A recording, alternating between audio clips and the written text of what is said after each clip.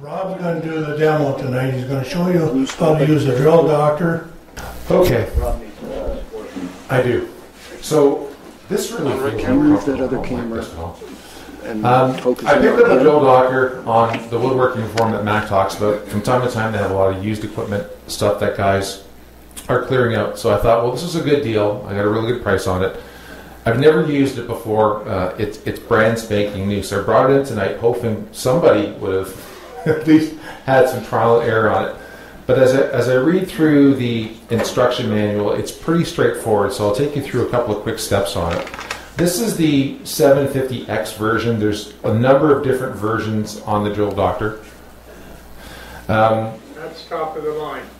Thank you, Mac. Yeah, that's what it says right on it. It's a good one. So basically, you're taking your bit. Wayne, you want to get that? All right. Switch. Right on there, so I can focus.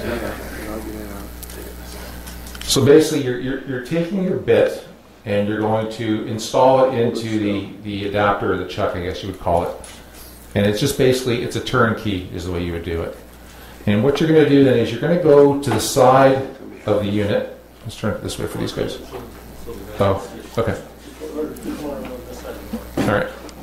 So basically, you're going to place it, and you're going to adjust the pin set on the inside of this so that it is hitting right at 118. If you can see, right in this area here, you've got a longer tooth that goes down, and that drops in. And what you want to do now is you want to align your bit so that the head of the bit. Can you see that, guys? Touch it right on the side there. How's that? All right, so you want to align the bit right in this V groove here is what you want to do. Okay? So you're going to line that up so that your bit is sitting right in there, and you're basically just going to turn and lock that into position. You're all set to go now. So what you're going to do is you're going to drop the bit, and it's an elliptical type of motion that you do with this. So it's going to bump out. You can see it right. You might not be able to see it. Turn it the other way. What's inside here? Okay. Inside here is a diamond wheel. Keep it down on the table. Put it down. If you hold it still. Right an angle that way. There you go. Can you guys see that? So right in this area here, you've got the diamond wheel that's going to turn. So it's about an inch diameter wheel, about an inch long. And then this here cam that... So what you're going to do basically is you're going to drop this in, and it's just going to ride on the pin set that's right here, if you can see that as well. So right on this top, it's just going to follow that motion, and it's going to go up, and it's going to go down, and you're just going to basically turn. And it's pretty straightforward. So we're going to try this for the first time tonight. Stand back. Spark school. Take the bit out before you plug it in. Yep. There you go. Thank you for that. No. All right. Stand back.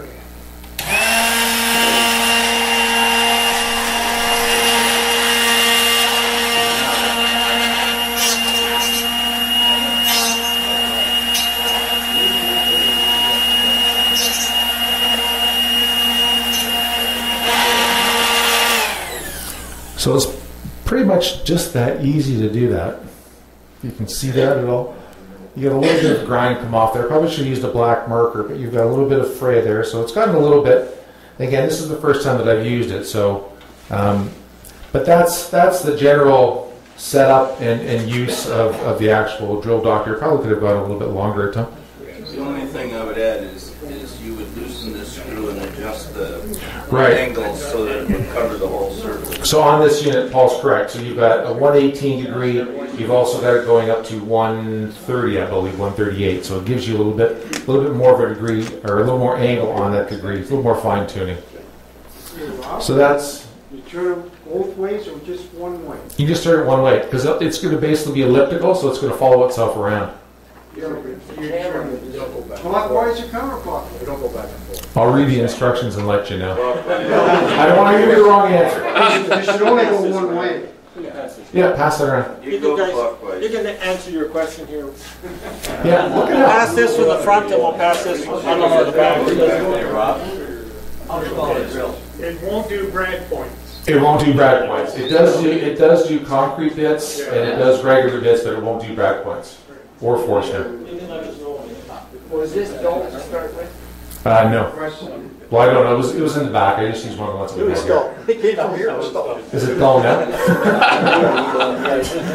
I may not have done a great job on it.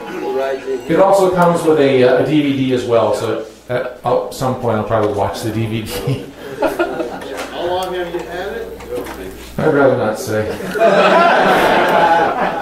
Just in case my wife is listening or she'll see the YouTube on this. All right. That belongs to you and not the club? Yes. But if somebody wants to borrow it, Just want to know who to call, that's all.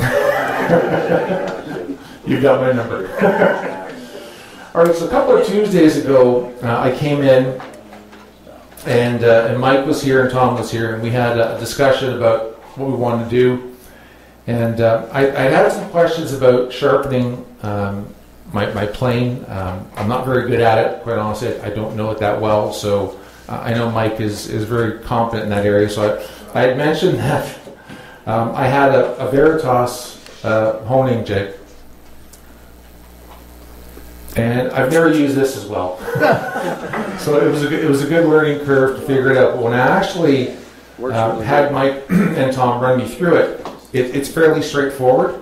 And so we're going to do this, kind of have that same discussion we had a couple of Tuesdays ago. And we're just going to show you guys what we did and how we sharpened. All right, you guys want to come in? Rob, which of the two makes the best paperweight? I'm sorry? Makes the best paperweight. The larger one, yeah.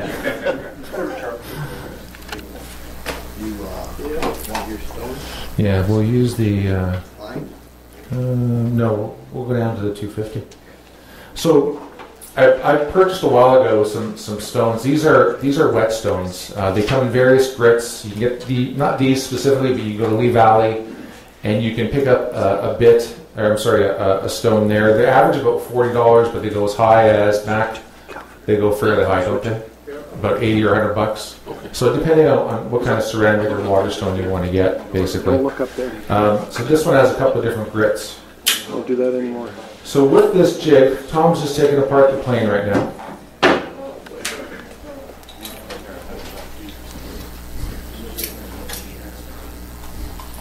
So we're going to take and we're going to sharpen this angle here. Should you put it down towards the table more? How about that? Okay. So we're going to sharpen this angle here, and the way this jig works is you use this guide in order to set it in the actual jig itself.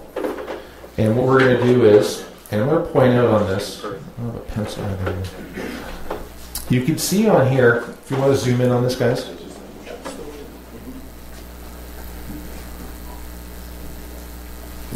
So you've got markings on here for 3 different colors. You have red, yellow, and green. Mike, sorry, you're good looking, but you're not that good. Here, I'll go in inside. So you've got basically 3 positions, and what each color does is it represents a position or a degree. So the red is basically, it's a high angle at 25 degrees. The yellow is a standard angle at 20 degrees. And the third is the green, and that's a back bevel, and that's sitting at 13 degrees. So for the purpose of what we're doing today, I'm going to use the yellow, but I would adjust accordingly to any one of these in order to set the angle. On the back is basically a stop that allows us to basically line up the knife against this, and it sets it in nicely. So what we're going to do is we're going to put this guy in here. Keep it down, keep it down. Oh.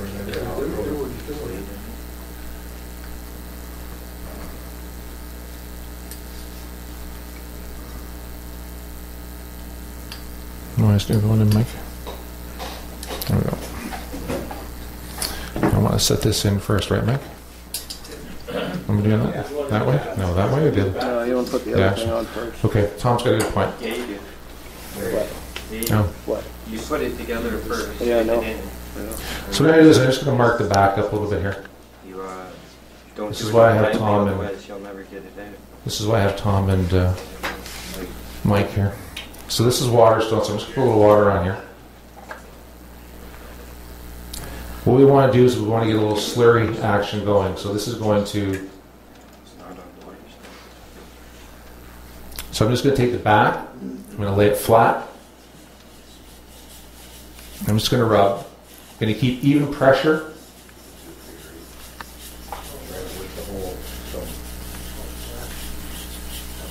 So he's trying to work the whole stone so he doesn't get a pit in his stone. And you put some tencel on or some sort of marking, because until you get used to looking for the shine that you're looking for, it's not obvious whenever you first start doing it. But whenever you start looking at the pencil mark, after a while you won't need it. Whenever you just get down, you'll appreciate it. I usually use a black magic marker. So right there you can see I've got a couple of spots that are already starting to clean up, but I'm not getting the center here, so I don't have it totally true. So I'm going to keep going on this.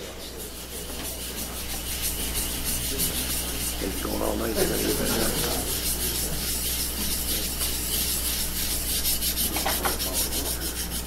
So he wants to get both edges of his bevel done. He wanted to start off right away in the front bevel.